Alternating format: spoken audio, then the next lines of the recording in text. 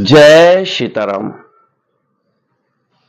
बोलो सियावर रामचंद्र की जय। तो आइए मित्रों और श्री रामचरितमानस की शुरुआत करते हैं। श्रुति से तु पालक राम तुम जगदीश माया, जानकी जो सृजति जगु पालति हरति रुख पाई कृपा निधान की। जो साहस शीसु अहिसु मही धरु लखनु सचराचर धनी। सुर काज धरि नर राज तनु चले दलन खल निश्चर अनी। हे राम, आप वेद की मर्यादा के रक्षक जगदीश्वर हैं और जानकी जी आपकी स्वरूप भूता माया हैं, जो कृपा के भंडार आपकी रुख पाकर जगत का सृजन पालन और संहार करती हैं। जो हजार मस्तक वाले सर्पों के स्वामी और पृथ्वी को अपने सिर पर धारण करने वाले हैं, वही चराचर के स्वामी शेष जी लक्ष्मण हैं। देवताओं के कार्य के लिए आप राजा का शरीर धारण करके दुष्ट राक्षसों की सेना का नाश करने के लिए चले हैं। राम स्वरूप तुम्हार वचन आगोचर बुद्धि पर, अभिगत अकथ आपार नीति नीति नित निगम कहा। हे राम, आपका स्वरूप वाणी के अगोचर बुद्धि से परे, अव्यक्त अकथनीय और अपार है। वेद निरंतर उसका नेति नेति कहकर वर्णन करते हैं। जगुपेखन तुम देख निहारे, विधि हरि शंभु नचाव निहारे।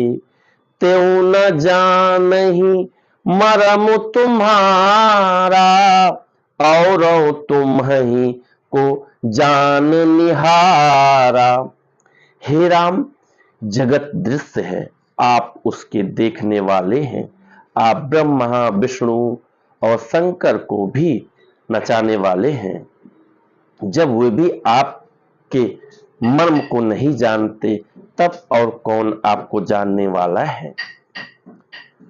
सोई जानई जेहि देहु जनाई, जानत तुम्हि होई जाई।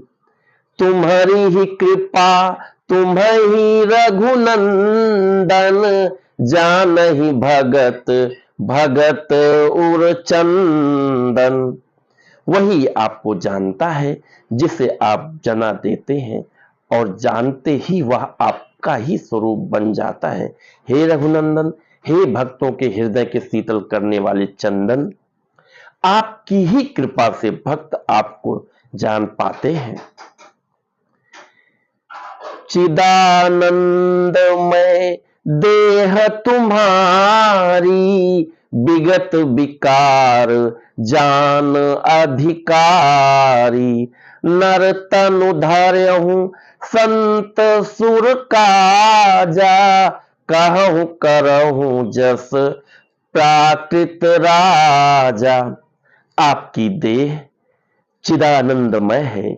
यह प्राकृत जन्य पंच महाभूतों की बनी हुई कर्म बंधन युक्त त्रिदेह विशिष्ट माई नहीं है, और उत्पत्ति नाश वृद्धि क्षय आदि सब विकारों से रहित है। इस रहस्य को अधिकारी पुरुष ही जानते हैं। आपने देवता और संतों के कार्य के लिए दिव्य नर शरीर धारण किया है, और प्राकृत के तत्वों से निर्मित देह वाले साधारण राजाओं की तरह से कहते और करते हैं। बोलो सियावर रामचंद्र की जय। जय सीताराम। तो मित्रों, आज का श्री रामचरितमानस का पाठन यहीं पे कंप्लीट हुआ, यहीं पे समाप्त हुआ। तो आपको पता ही है कि मैं डेली 5 चौपाई पढ़ता हूँ। तो मित्रों, मैं बहुत ही आनंद की अनुभूति करता हूँ। बहुत कुछ ज्ञान भी मिलता है पढ़ने पर। तो आप लोग भी कोशिश कीजिए, थोड़ा सा ज्ञान आप लोग भी लीजिए, कम से कम 5 चौपाई जरूर पढ़िए। जानिए श्री रामचरितमानस के बारे में, श्री रामचंद्र के बारे में जानिए, उनके अच्छाइयों के बारे में जानिए, उन्होंने धरती पे जन्म क्यों क्यों लिया, इसका क्या कारण था। तो मित्रों, आप लोग भी पढ़िए, बच्चों को खास करके प्रेरित करिए कि कम से कम 5 चौपाई वो जरूर पढ़ें। तो आज का श्री रामचरितमानस का पाठन आपको कैसा लगा, हमें आप कमेंट करके जरूर बताइएगा।